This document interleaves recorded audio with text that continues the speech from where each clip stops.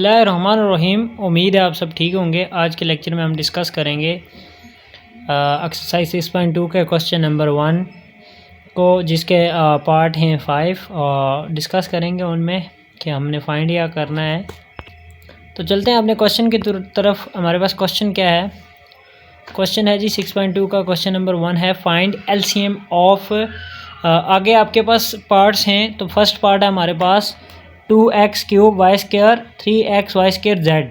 ठीक है जी, LCM find करना है। बेसिकली एलसीएम क्या होता है? Product of common and non common factors. पहले हमने इनमें से कॉमन निकालने हैं, फिर नॉन कॉमन निकालने हैं, फिर उन दोनों को मल्टीप्लाई करना है, तो हमारे पास क्या आ जाएगा?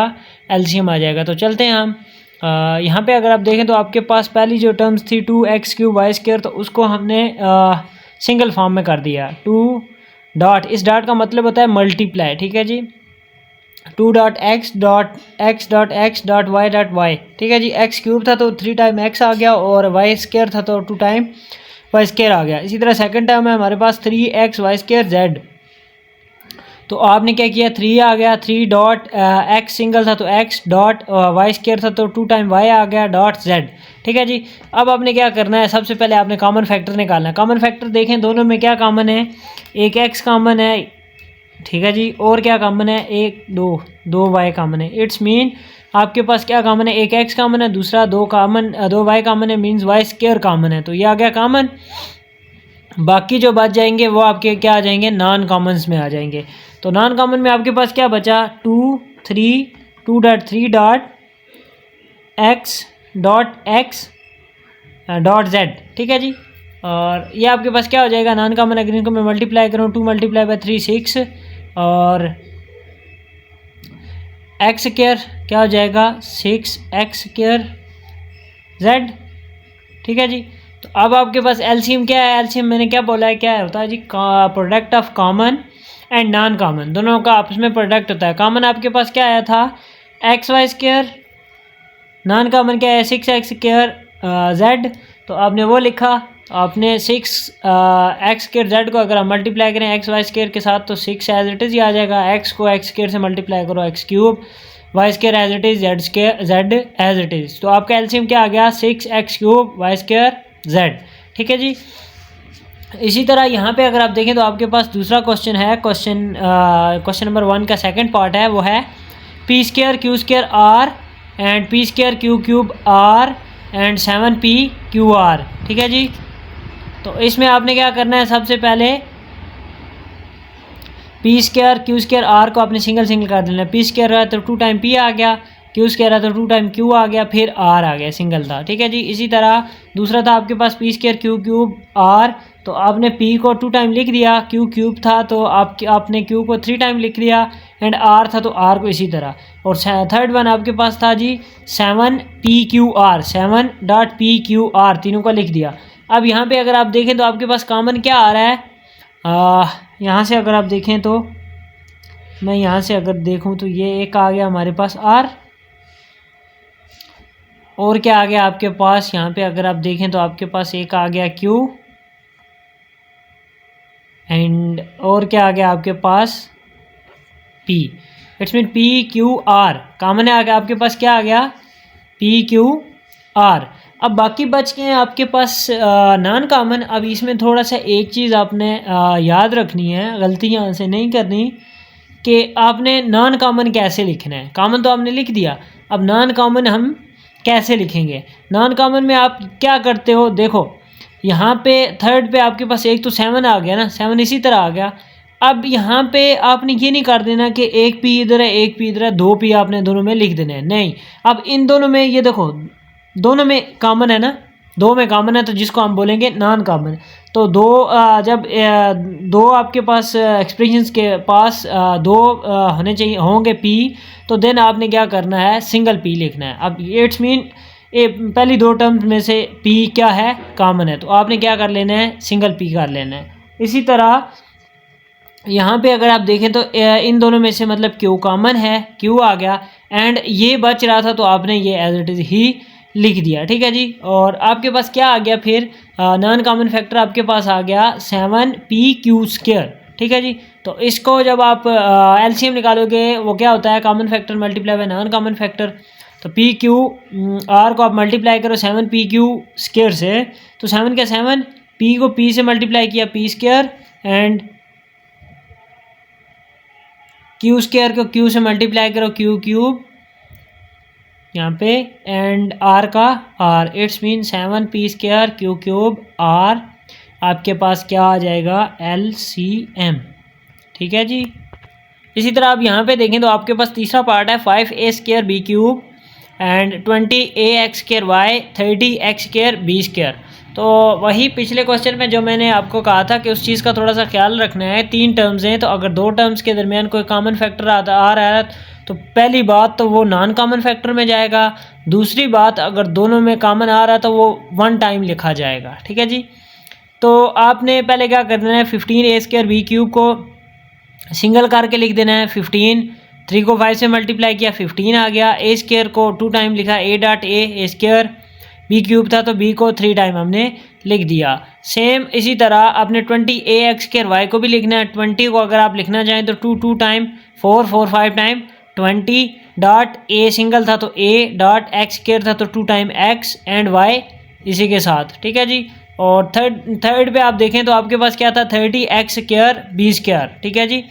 तो 30 को अगर आप डिवाइड करना चाहें, इसको मतलब फैक्टर बनाना चाहें, तो 2 को 3 से मल्टीप्लाई करो 6 को 5 से किया तो 30, x स्क्वायर है तो x को 2 टाइम लिख देना है। इसी तरह b स्क्वायर था तो b को 2 टाइम हमने लिख देना है। अब यहाँ से पहले आप सबसे पहले यहाँ पे देखो आपके पास कॉमन क्या आ रहा है, इन दो में 2 कॉमन है, इधर नहीं है, इसमें और इसमें 3 कॉमन है, सेकंड वाले में नहीं है, और 5 देखो तीनों में कॉमन है, तो इट्स मीन एक तो आपके पास 5 कॉमन आ रहा है, और देखो इधर ए है इधर है, पहले 2 में ए कॉमन है थर्ड में नहीं है, और इसी तरह बी फर्स्ट और थर्ड में कॉमन है लेकिन सेकंड में नहीं है, एक्स देखो एक्स सेकंड और थर्ड में है फर्स्ट में नहीं है, इसी तरह वाई देखो वाई सेकंड में है और बाकी किसी में नहीं है, तो इट्स मीन सिर्फ कॉमन फैक्टर आपके पास क्या आया 5, कॉमन फैक्टर क्या आ गया 5। अब आपने क्या लिखना है नॉन कॉमन फैक्टर। अब बाकी जो बच जाते हैं वो नॉन कॉमन में आ जाते हैं। अभी मैंने आपको एक चीज़ एक्सप्लेन की है कि तीनों में जब कॉमन आएगा तो इट्स मीन वो कॉमन फैक्टर है, 2 में अगर कॉमन आ गया वो होगा नॉन कॉमन, बट लिखेंगे हम सिंगल को लिखेंगे हमने। जैसे यहाँ पे अगर आप देखें तो आपके पास क्या कॉमन है 2 टर्म्स के दरमियान 2 कॉमन है, तो एक हमने 2 लिख दिया। देन ये आपके पास देखो सिंगल 2 बच गया था तो वो भी साथ आ गया।